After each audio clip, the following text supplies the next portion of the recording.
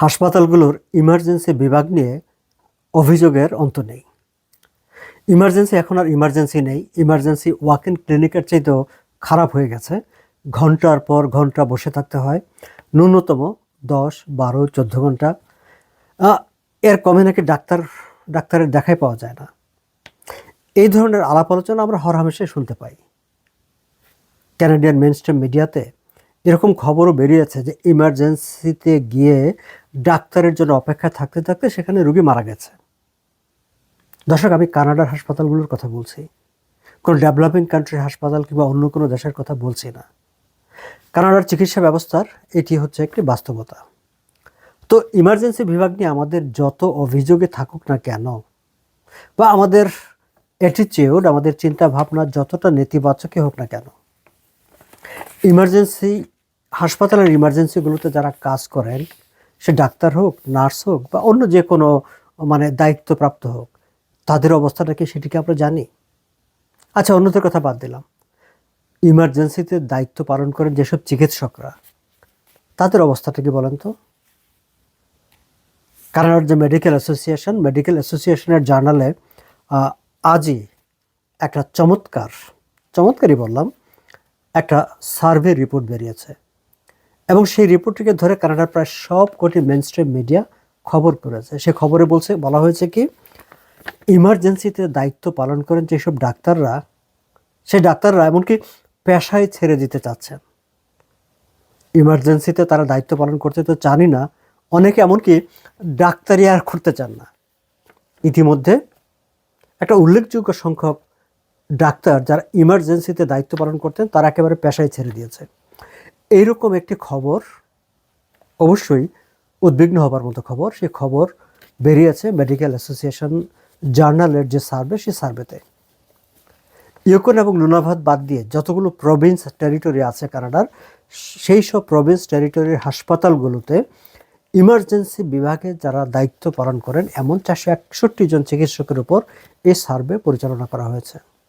এবং সেই সার্ভে থেকে যে ফলাফল বেরিয়ে এসেছে সেটি খুবই উদ্বেগজনক তো বটেই, আমাদের জন্য দুশ্চিন্তারও।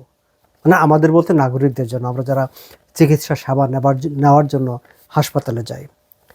আমি সেই সার্ভে থেকে যে কয়েকটা তথ্য একটু টুকে নিয়েছি দর্শক, আমি আপনাদের সঙ্গে একটু শেয়ার করতে চাই। ইতিমধ্যে 10% যারা স্পেশালিটি ইমার্জেন্সি ডিউটি করার জন্য স্পেশালাইজেশন করেছেন, তারা তাদের স্পেশালাইজেশন ডিউটি ছেড়ে দিয়েছেন। 10%। 48% চিকিৎসক যারা ইমার্জেন্সিতে ক্লিনিক্যাল দায়িত্ব পালন করতেন, তারা তাদের ক্লিনিক্যাল দায়িত্ব পালনের যে সময়সীমাটা, সেটা তারা রিডিউস করে ফেলেছেন। আগে হয়তো 10 ঘন্টা কাজ করতেন, এখন 6 ঘন্টা কাজ করেন, 5 ঘন্টা কাজ করেন, এরকম তারা সেই কমিয়ে ফেলেছেন। আর 20% ডাক্তাররা বাড়তি বেশি টাইম অফ নিচ্ছেন, তারা নানা কারণে ছুটি নিচ্ছেন। এই যে একটা অবস্থা তৈরি হয়েছে, দেখুন, একদিকে রোগীর সংখ্যা বেড়ে গেছে, ওভার ক্রাউডেড হাসপাতালগুলো ওভার ক্রাউডেড, সেটি না হয় আপনি কোনো না কোনোভাবে সামাল দিলেন, কিন্তু ইমার্জেন্সি যদি ওভার ক্রাউডেড হয়ে যায়, তাহলে সেটাকে কীভাবে সামাল দেবেন? এবং আমাদের ডাক্তার ফ্যামিলি, আমরা গত কয়েক বছর ধরে এই পত্রপত্রিকার খবরে আমরা শুনে আসছি যে প্রচুর মানুষের কানাডাতে ফ্যামিলি ফিজিশিয়ান নেই। ওয়াক ইন ক্লিনিক তৈরি হয়েছে, ওয়াক ইন ক্লিনিকগুলোতে কয়েক ঘন্টা বসে থেকে ডাক্তার দেখাতে হয়, কিন্তু একজন ফিক্সড ফ্যামিলি ফিজিশিয়ান নেই। এমন একটা অবস্থায় ডাক্তারের ক্রাইসিস, এবং এমন একটা ক্রাইসিসে এখন আমরা শুনতে পাচ্ছি যে ইমার্জেন্সি যে ডিপার্টমেন্টগুলো আছে হাসপাতালে, সেখানকার ডাক্তাররা নাকি সব বার্ন আউট হয়ে যাচ্ছে। তারা একেবারে কাজ করতে করতে এমন একটা অবস্থা হয়ে গেছে যে তাদের পক্ষে কাজ করা সম্ভব না। এই পরিস্থিতিটা কেন তৈরি হলো?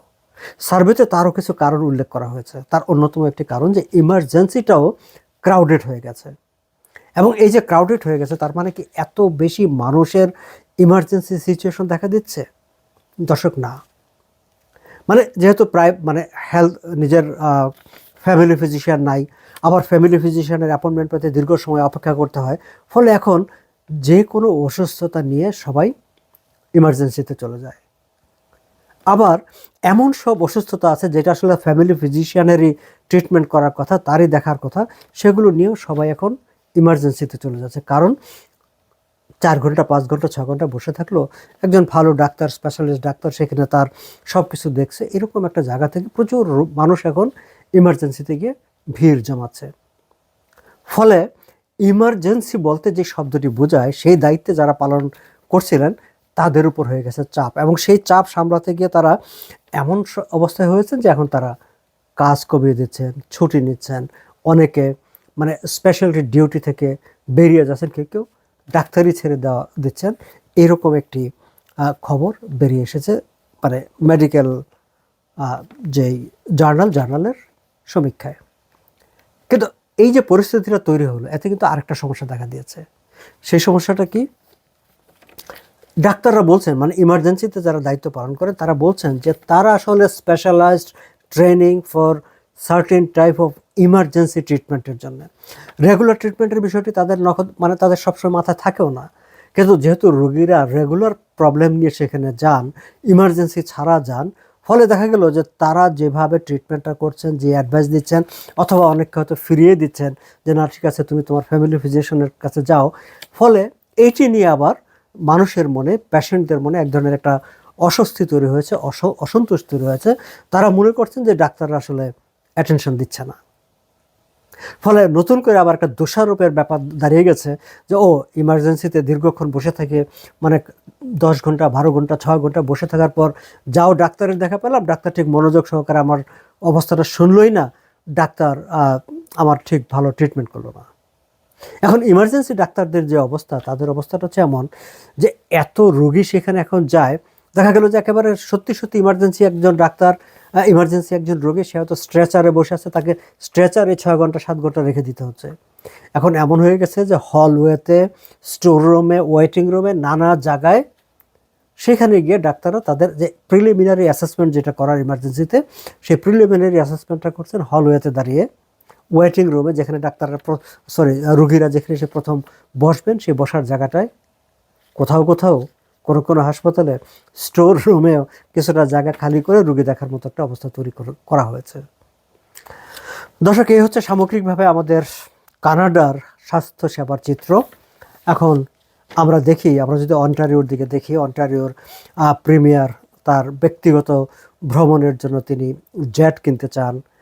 আমাদের এমপিপিরা, প্রভিন্সিয়াল এমপিপি মন্ত্রীরা মানে 6 কিলোমিটার দূরত্বে বাড়ি থাকা সত্ত্বেও রাতে 5 স্টার হোটেলে রাত কাটান, এবং ট্যাক্স পেয়ারের পকেট থেকে মানে তাদের সেই সব বিল পরিশোধ করতে হয়।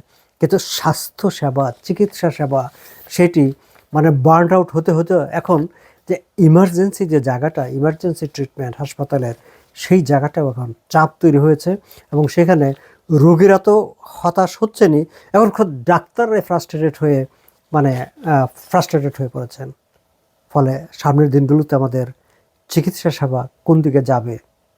দুষ্ট লোকেরা অবশ্য সমালোচনা করে বলেন যে হেলথ কেয়ারটাকে প্রাইভেটাইজড করে ফেলার জন্য এই ধরনের পরিস্থিতি তৈরি করা হচ্ছে।